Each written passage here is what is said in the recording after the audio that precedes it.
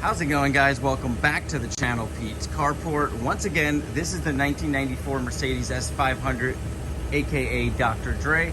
And I want to go ahead and see if we can lower this front a little bit more. We've got some H&R Springs right there that my buddy Xavier gave us off of his car. I'm going to go ahead right now and measure what the difference is before putting the springs on and then after. Now, I have no idea what size spacer is in these springs. So each one of these springs has a rubber pad spacer. You can see on the H&R one here, it's a pretty thin one on the H&R. And that protects the upper perch from getting dug into, rusting out, but it also keeps it quiet. And then it also can raise the car up a little bit. So they did have different sizes. This one seems pretty high. Now I'm gonna do it from the very center. I'm gonna go to this line on the tire here, just so I have more of an exact point. And it looks like I'm about 2 3/4 distance. So probably about a 2-inch gap in between that wheel well. So we definitely want to eliminate as much of that as we can. I would love to see very, very minimal. I want this car pretty slam. And then we'll focus on the back. I'm gonna see if I can bring these down to my local shop. If they're gonna not charge me a lot, the guy knows me very well, I'm gonna have him do it. It's just been so hot and I've been doing so much, I kind of need a break, and I don't mind paying somebody a little bit to do a very dangerous job. So let me go see what he wants to charge to do it. And if not, maybe we'll be putting him in ourselves in this video. So let's go ahead and see what we can do. Well, guys, my mechanic happens to be out of town for the weekend and I wanted to get this done. And of course, I picked the hottest day of the year. It's like 105 heat index out here. I'm dying, but I'm actually getting it done and it's going really smooth. So I've already got one set of these in. I decided to install the Bilstein shocks and our H&R spring, the red one over here. But just look at the difference in height between that stock spring and the H&R. Now the H&R looks a lot thicker too. So I'm thinking this is gonna ride really well. I've driven around in Xavier's car and his car rode really, really well. So I'm not worried about it too much. And the Bilstein shocks are gonna be better shocks than I have in there. And these are still very good shocks. So I'm gonna show you real quick what it looks like installed in here. Now, the cool thing is I did not have to use the spring compressor on the H&R springs because they're so much shorter. I was able to pull down the lower control arm all the way to the ground, put the spring in and jack it up. But what you've got to do is the ball joint here, you've got to take off this nut, turn your wheel, and that'll come out. Now, you have to have some kind of jack or stand up underneath your lower control arm when you do that. But you also need to remove a couple other things. You need to remove your shocks from the lower part here. I ended up removing the whole shock, so that worked. Now on the sway bar here, you've got a sway bar link up underneath there. That needs to come off too, and that'll allow you to kind of swivel this whole thing around and your ball joint will drop down. So very dangerous. Even when I had the spring completely compressed, it was very difficult to get out. I made sure I was not in the way of it in case it came apart and decided to spring a little bit. I pulled it out real quickly using another tool, and it was not easy. You had to kind of maneuver everything around. So like I said, I suggest a shop doing this, but I decided to do it. Now I'm just going to get everything put back together. I'm not going to show you guys any of this because I have a video dedicated to it. And I want to see what height difference we get because it looks like 3 inches here, which might actually even be more than 3 inches. So we'll see. Yeah, we should be pretty slammed. So let's go ahead and move forward.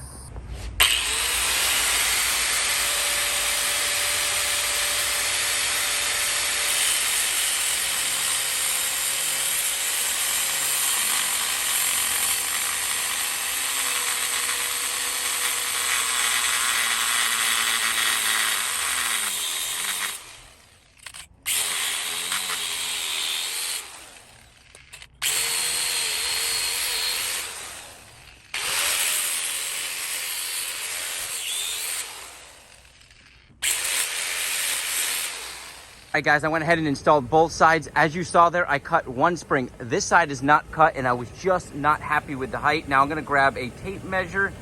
To me, this is just too much of a gap. It's a 2-finger gap still. I know it might settle a little bit, but it's pretty much settled because these were on another car. We come to this side where I cut the spring, much, much better.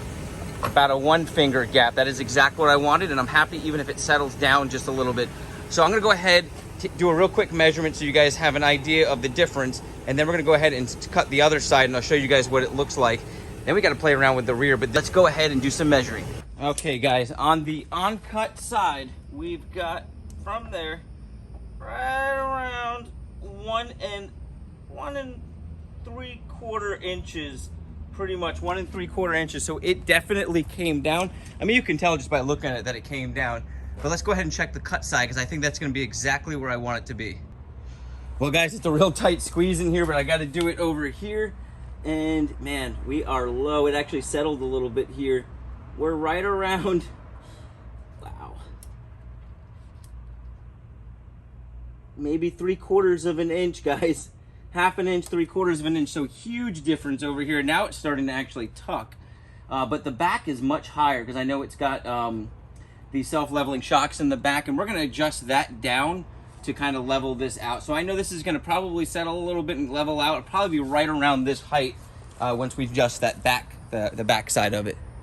Well, guys, it's the next day, and man, it really settled out. It dropped quite a bit. There is zero gap, which is exactly what I was wanting with this car. I was really wanting to slam it. So that is looking good. Now, it may go up a little bit as we drop this back, which is exactly what we're about to do here. And what we're going to do is adjust our SLS. There is a rod. I've done a dedicated video to this, and it's got a slider, and you can adjust that rod to be either really high or really low. From the factory, they adjust it to match the front suspension that it comes from the factory, which is probably what this is set to. And it will adjust as you add things in weight to the rear or add things in the weight to the front. That's kind of how it works. And this seems to be functioning properly. So what I want to do is adjust it all the way down. Now, this will affect the ride quality, but we do have to adjust it because we've adjusted our front and we want to make sure it's at the right level. I'm going to slam it because I want to see how good this is going to look all the way down. With our front all the way down. And the way I'm going to do that is just slide it all the way over to the lowest setting. Now, that is located right up underneath this tire from what I remember. Now, I've done dedicated videos, but it's been probably a year or two since I've done anything with it. So I'm going to get up underneath this car. I'm going to show you guys exactly what to do, but I also have that dedicated video if you want to go back and see exactly how it's done. We are going to back it up on some ramps. You need the car to be running, and you need it to be on the ground, but obviously you need it off the ground in order to make the adjustment to get underneath there. It can be a little sketchy, it can be a little dangerous, but as long as you have the car in park and you have the car, the brake on, you should be totally fine. So let's go ahead and do that.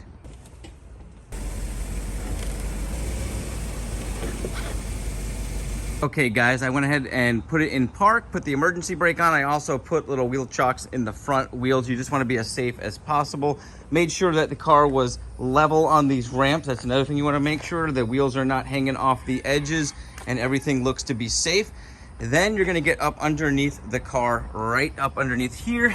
And the reason why I do not have the car running right now, because you do need it running, is because you don't want your exhaust to get too hot. So you want to make sure you're ready to go once you've got the car started. So once you loosen that bolt, you're going to want to pull down on this lever here, up and down. And I believe up is going to go up, and if you pull down, it's going to go down, but I'm going to verify that and let you guys know. So what we're going to do is try to slide it down, and you'll see the car physically bounce up and down as I slide this from the outside. So just make sure you got enough room underneath the car and nothing's going to come down on top of you. With these ramps, you should have plenty of room getting up under there.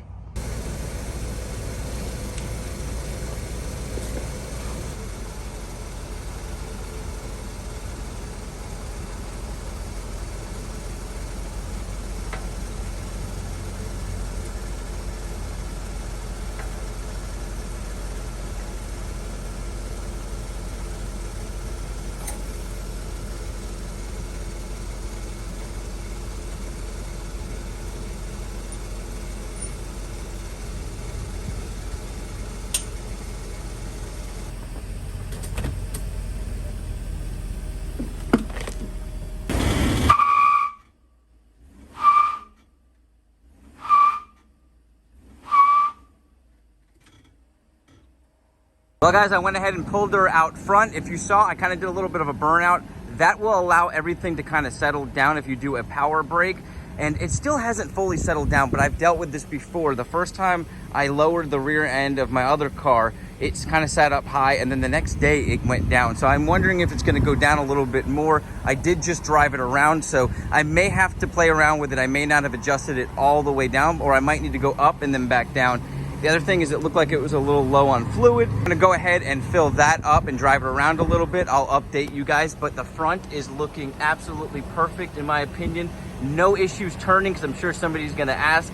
It does not rub. I even drove it around, took some fast turns, but you can see the rear is still kind of up in the air. And I know with my old car, I had the exact same tire size, exact same rims, and it was a lot lower. So I'm thinking we can get this to drop down. Come around the other side here. And yeah, it is looking good. I am very, very happy with how this looks. This is the height that I was looking for. Come around. If you guys saw the last video I just had, I just got done with this, but I'm releasing that video first, and that is going to be installing these pieces up here. Let me know what you guys think so far with this car. We still got a lot to do. I've got to get these rocker panels on. That's probably going to be the next episode. And we've got a lot to do to the inside. I still have to do the door, but man, she is looking so good. Exactly what I was wanting in this car. Nice, clean, custom looking car. VIP style. Oh, so gangster. Well, you guys have an awesome day, a blessed week, and I'll catch you on the next video.